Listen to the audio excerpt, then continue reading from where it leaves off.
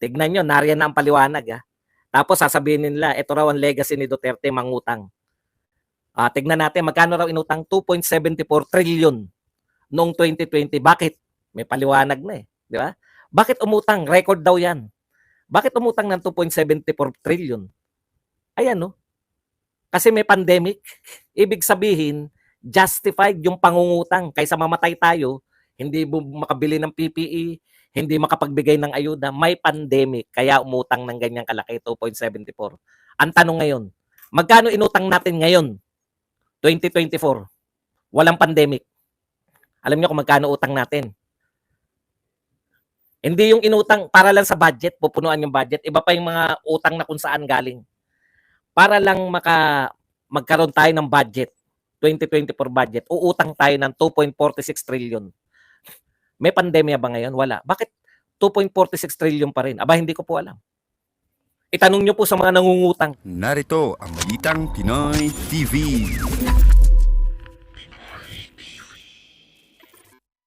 Magandang araw sa atin lahat mga kababayan. Dito na naman tayo sa another episode ng ating vlogs. Pag-uusapan natin ngayon, ito po, hindi tinatantanan ng atake ang mga Duterte.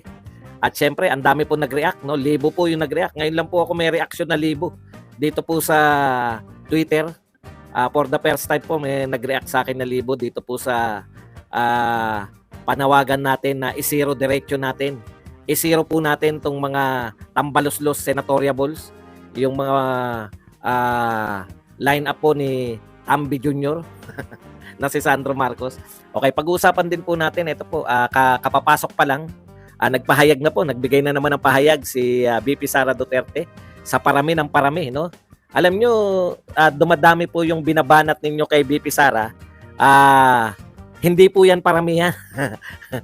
Akala siguro, mahirap turuan yung mga mahihina utak, no?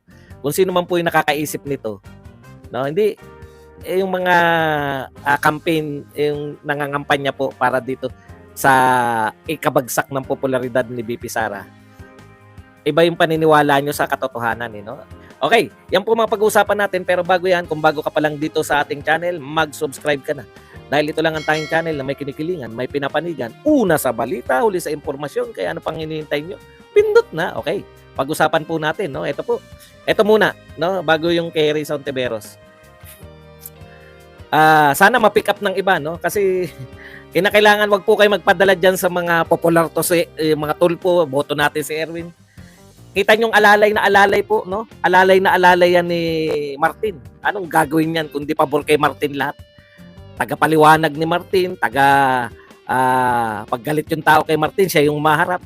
Alam niyo na yung papel niya ni Erwin Tulfo, kahit ba number 1 o number 2 yan sa no to tulpo na tayo. Madala na tayo. Gusto niyo pag gawin 3 tulpo ang senador?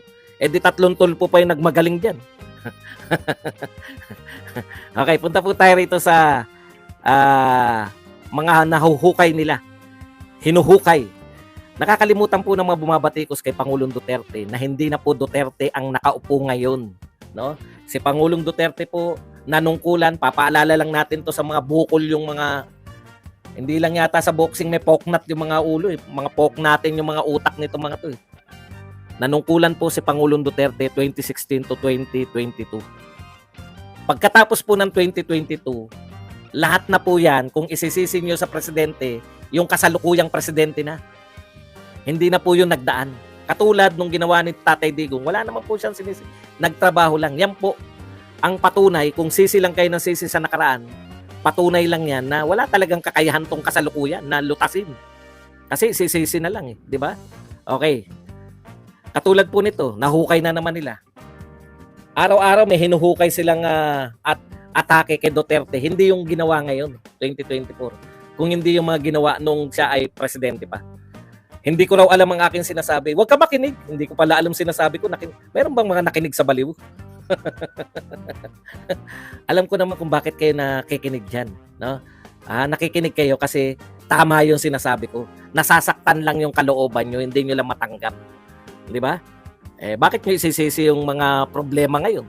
Problema ng traffic, problema ng mga matas, pati po bigas, nagawan po nila ng sitwasyon. Nagsimula daw po yung pagtaas ng bigas sa panahon ni Duterte. May pinakikita pang 80. 80 daw bigas nung panahon ni Duterte. Wala akong matandaan. Kung may nangyari man, baka saglitan lang. Nalutas. Yun yung pagkakaiba ni Duterte. Di ba? Nalutas niya kung ano man yung problemang hinarap niya. Eh yan kasi mga yan, uso ganito sa kanila. Ipe-press nila. Ay, 80 pala bigas nung panahon ni Duterte. Ha? Talaga? Kaya nga kami umaangal ngayon sa bigas ngayon dahil namamahalan na kami sa 60, 70. Tapos sasabihin niyo 80 nung panahon ni Duterte. Baka may panahon na 80, napababa. Ang importante, no, bilang pinuno, hindi yung walang problema ang kinaharap. Ang importante bilang pinuno, kasi hindi kayo naging leader. Ako leader ako eh. Lahat ng leader may kinakaharap na problema. Hindi po importante yung wala kang problema. Ang importante, paano mo tinugunan yung problema mo. Kung ang pagtugon ninyo sa problema ay isisi sa nagdaan, eh wala kayong kwentang Pangulo. Kaya po yung mga paninisi nyo kay Duterte, hindi po si Duterte ang nasisira. Matagal nang mataas ang rating ni Duterte. No? Ano ba sisiraan nyo kay Duterte? Tapos na nga ang panunungkulan niya. Record na yan. Ano yung record? Pinakamataas si Duterte na rating nung nagtapos ng panunungkulan. Record. Siraan nyo man ngayon, hindi nyo na mababago yung record. Oh, kahit nga ngayon, sinisiraan nyo, number 1 pa rin. Pag tumakbong senador, number 1. Okay, punta po tayo rito. Ito po, binabalik nilang pilit. Gusto kong talakayin to. Marami silang binabalik na issue. Ito gusto ko ngayon. Amid pandemic, PH borrowed a record 2.74 trillion in 2023. Tignan nyo, nariyan na ang paliwanag. Tapos sasabihin nila, ito raw ang legacy ni Duterte, mangutang. Tignan natin, magkano raw inutang? 2.74 trillion noong 2020. Bakit? May paliwanag na eh. Di ba? Bakit umutang? Record daw yan. Bakit umutang ng 2.74 trillion? Ayan, no? Kasi may pandemic. May pandemic. Ibig sabihin, justified yung pangungutang. Kaysa mamatay tayo, hindi makabili ng PPE, hindi makapagbigay ng ayuda. May pandemic. Kaya umutang ng ganyang kalaki, 2.74. Ang tanong ngayon, magkano inutang natin ngayon? 2024. Walang pandemic. Alam niyo kung magkano utang natin? Hindi yung inutang para lang sa budget, pupunuan yung budget. Iba pa yung mga utang na kung saan galing. Para lang magkaroon tayo ng budget, 2024 budget, uutang tayo ng 2.46 trillion.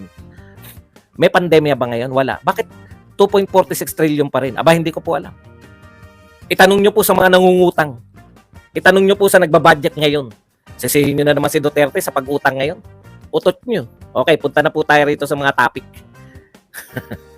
Ito po, ngayon pong araw na, ngayon lang po kasi kaya may rally dun. Ang problema ko kasi una, sa ang GSIS ako po. Hindi ko alam kung sa bagong building sila o sa luma. Ito po, sinight for contempt, no? Sabi po ni Risa Ontiveros, pursuant to Section 18 of the Rules of the Senate, as chair of the committee, with the concurrence of one member here with me, I cite in contempt Apollo Carion Kibuloy for his refusal to be sworn or to testify before this investigation. This committee requests the Senate President to order his arrest so that he may be brought to testify. O, pinaparesto na po para mag-testify. Kaya lang natabunan na eh. Alam mo, Senator Risa Ontiveros, ito yung mga tinatawag natin. Opo, gwapo po ako. Maraming salamat po. Sabi po rito ni Edward Lloyd Torres, gwapong badong. Thank you po.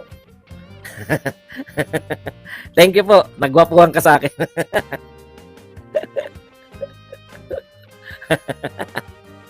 Okay. Dahil po hindi uma-attend, no? Dahil po, katwiran ko lang yung tulog pa ako. Dahil po hindi uma-attend si Pastor Apollo Kibuloy sa pinatawag ni Risa Ontiveros, na sa simula pa lang po ay inaakusahan na si Kibuloy, no? Sabi ng kampo ni Kibuloy, pucha, simula pa lang eh. Alam mo nang tutunguhin. Alam niyo po na nakakadalawa na po to si Risa Ontiveros. Naging bahagi po siya ng investigasyon sa Parmali. Dito po, pag wala po tayong nahita rito, tandaan po natin, in aid of legislation, lahat ng ating mga investigasyon sa Senado. Nakakailan na. Nakapang-ilan na tong investigasyon ni Risa Ontiveros dyan sa kay Pastor Apollo Kibuloy. So, una po natin titignan. Ay, hindi po pala. Isabay na natin yung kay Robin Padilla. Sisinghot ng ano? Gusto mo ba suminghot ako?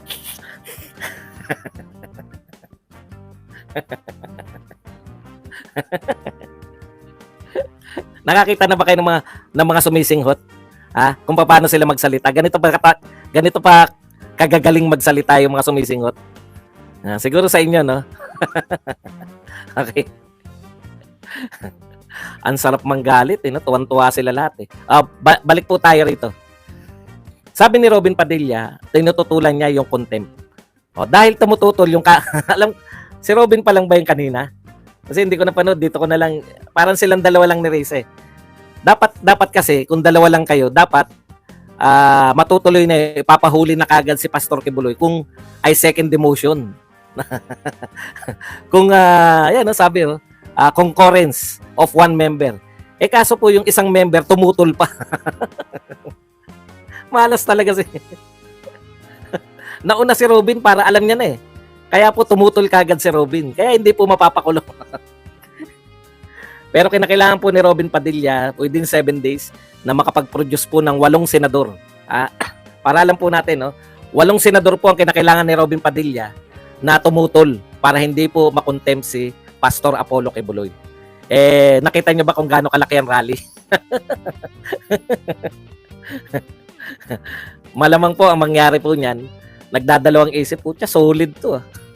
Yan po ang ganyan po magpakita yung power nung rally. At nakikita rin po ng mga politiko, teka muna, hindi lang yung mga nanood sa rally. Hindi lang yung mga nagpunta sa rally yung yung impact. Ang tataas ng mga views nung mga nag-cover ng rally. Ito na nga mga kabalita. Ano na ang masasabi nyo patungkol sa balitang ito? Please comment down below mga kabalita. Pag-usapan natin yan sa comment section. At kung di ka pa nakasubscribe sa ating channel, baka naman